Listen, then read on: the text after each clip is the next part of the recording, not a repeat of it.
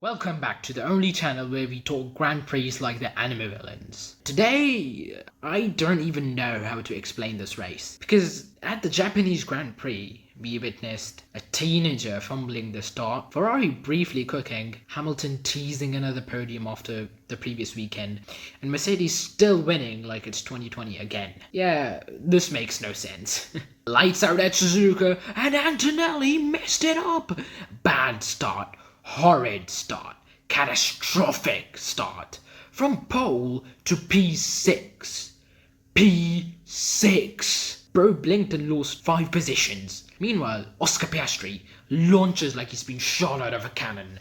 Takes the lead. Then Charles Leclerc slides into P2 from P4. Norris P3, Russell P4, and wait, Lewis Hamilton up to P5 from P6 because of Antonelli's horrid start. Ferrari fans watching this start are like, wait, we're cooking? I mean, we've obviously been cooking on the race starts, and we just can't keep our race positions later on into the race. So now this race settles a bit. McLaren is leading, Ferrari right there. Mercedes, they're recovering. Russell's moving up the pack, eventually getting up to P2, even past Charles Leclerc. Charles Leclerc is running in P3.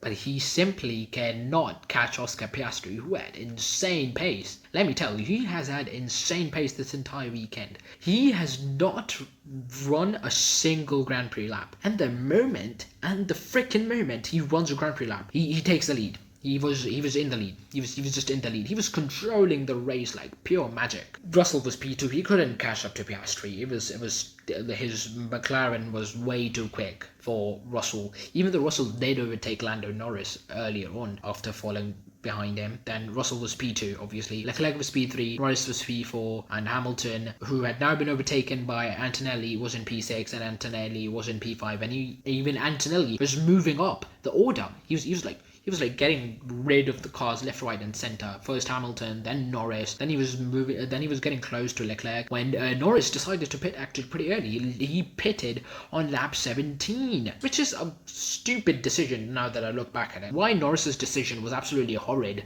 was because Sergio Perez, I'm pretty sure, Sergio Perez or it was one of the Cadillac drivers, they were on the hards and they were struggling massively. And also, Suzuka is not an undercut circuit. It's an overcut circuit. Yeah, track position matters a lot more. Even though we had a lot of overtakes, it's not really a circuit where you can easily overtake at. You need a big advantage to overtake. Most of the overtakes happen on straights, bar the Ferraris. They were really amazing in the overtakes. So the race goes on. The McLarens pit first, and then Leclerc also pits to cover off Norris, and Russell also pits. And Hamilton, he was quietly moving.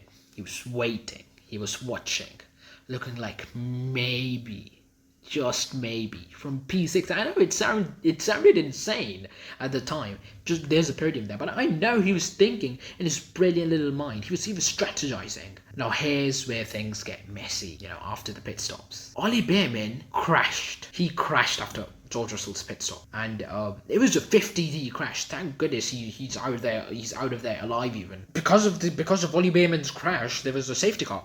And only 2 drivers from the top 6, the only 2 drivers who were out on the racetrack at that moment in time were Hamilton and Antonelli. And they took advantage. Antonelli in the lead, Hamilton was running P2. They pitted under the safety car, and they gained a lot of time, especially Hamilton. Hamilton could have gone into P2, but they had some problems. Verstappen also pitted alongside. He was in P8. He also pitted alongside, so Hamilton had to wait a bit before releasing his car.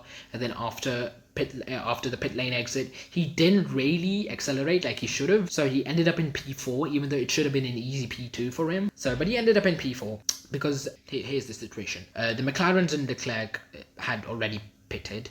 Russell had just pitted. He was the unluckiest man alive. Hamilton and Antonelli, they had stayed out, and this changed everything, because Antonelli, from his horrid start in P6, is now leading the Grand Prix on fresh hards as well, as compared to the other drivers behind him, barring Russell and Hamilton, who had pitted 5 or 6 laps earlier, so he had a tyre advantage as well. Because of the strategy, because of timing, because Formula 1 is chaos. It's absolute chaos. Then a few laps later, the safety car comes in. And now this is where pressure should hit, right? Young driver, Suzuka, one of the most demanding circuits ever, and he's leading.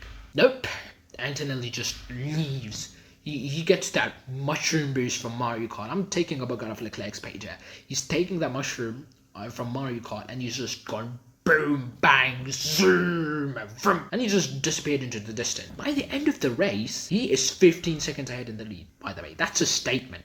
And by a teenager, he's 19. He's younger than me. Now, this is also where things get personal. Because Hamilton versus Russell, old teammates. They're fighting for P3. At the safety car restart, then Hamilton catches Russell off guard. He makes a brilliant move around the outside of Russell into turn 1, and it's Hamilton's P3, and he's cruising. It's a podium. It's back-to-back podiums, and all LH44 fans, including me, we're jumping in our seats. We're praising Lewis. We're like, vamos, Lewis, Forza Lewis, let's go, Lewis. That's a brilliant race strategy. Even though he didn't have the pace the entire weekend, he's still going to pull off a podium. For a moment, it's there. For a moment, everyone's happy. For like 10-15 laps, everyone's happy. There's like, oh my goodness, the Hamilton podium, back-to-back Hamilton podiums. We are so blessed. The Hamilton is finally back. You can finally feel it. The old magic, that Hamilton energy. But then it starts to fall apart. Hamilton has energy deployment issues, his engine problems, and his pace drops even further. One by one, they come back through. First it's Leclerc, then it's Russell, and then after a brilliant battle with Norris, by the way, there was this lap in which Russell overtook Leclerc, and Leclerc was running in P3, Russell was running in P4, and Hamilton was in P5, and Norris was running in P6. So there was this like, I think it was the 51st lap or something. Russell overtook Leclerc in the final few corners, and so did Norris overtake on Hamilton. And both Leclerc and Hamilton pulled off a similar dive around the outside. It was so clean, it was so surgical on their respective drivers, and to retake their positions. It was a brilliant move. Oh my goodness, one of the best moves. They were in sync as well. It was absolutely insane. But sadly, because of Hamilton's issues, he did eventually fall back to P6, and Norris did overtake him eventually in the next lap. From podium to P6, just like that. Because of these stupid energy thingies, I swear to God. Up front, there was literally no contest. Antonelli ran away with it, and then Piastris also had a comfortable lead because Leclerc, Russell, Hamilton and Norris were squabbling for P3 for quite a while. So Antonelli wins in dominant fashion. He was untouchable. Behind him is Piastris, and then it's Leclerc P3, Russell P4, Norris P5, Hamilton P6. Notable mention though, Pierre Gasly P7, ahead of Max Verstappen, who started from P11 by the way after a shock exit in Q2, getting knocked out by his teammate from his junior team, from the sister team from B Club, Arvid Lindblad. Max Verstappen. It was a quite move from P11 to P8. It was a good recovery. It was solid. But for Red Bull, with the dominance that they've seen, that's literally just damage control. I gotta say, it was absolutely brilliant. Kimi Antonelli made history by becoming the youngest driver to ever lead NFL World Championship. And you know what? If there is a driver that I'm rooting for to win this World Championship, apart from Lewis Hamilton, because Lewis Hamilton's looking a bit more iffy now, because of the Mercedes pace, and McLaren has also caught up to us now, it's Antonelli. I said it. I like Antonelli. Antonelli. No one can hate Antonelli. He's like one of our own. You know, he's like Gen Z. He's pretty cool. There's no arrogance. There's no nothing. He's just a simple teenage lad who's racing with his favorite racers. That's pretty much it. So what did we just watch? A rookie who messed up the start. Not really a rookie, but I guess rookie in a good car, I guess you can say that. And he messed up the start and he still dominated. Ferrari close, but not close enough. Hamilton so near, yet so far.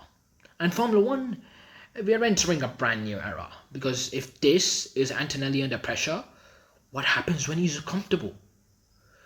And that should scare everyone.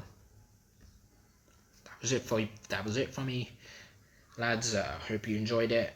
Drop down your driver of the day in the comments. For me, it was Piastris, clearly, and I'll see you later. Bye bye, Potato Army.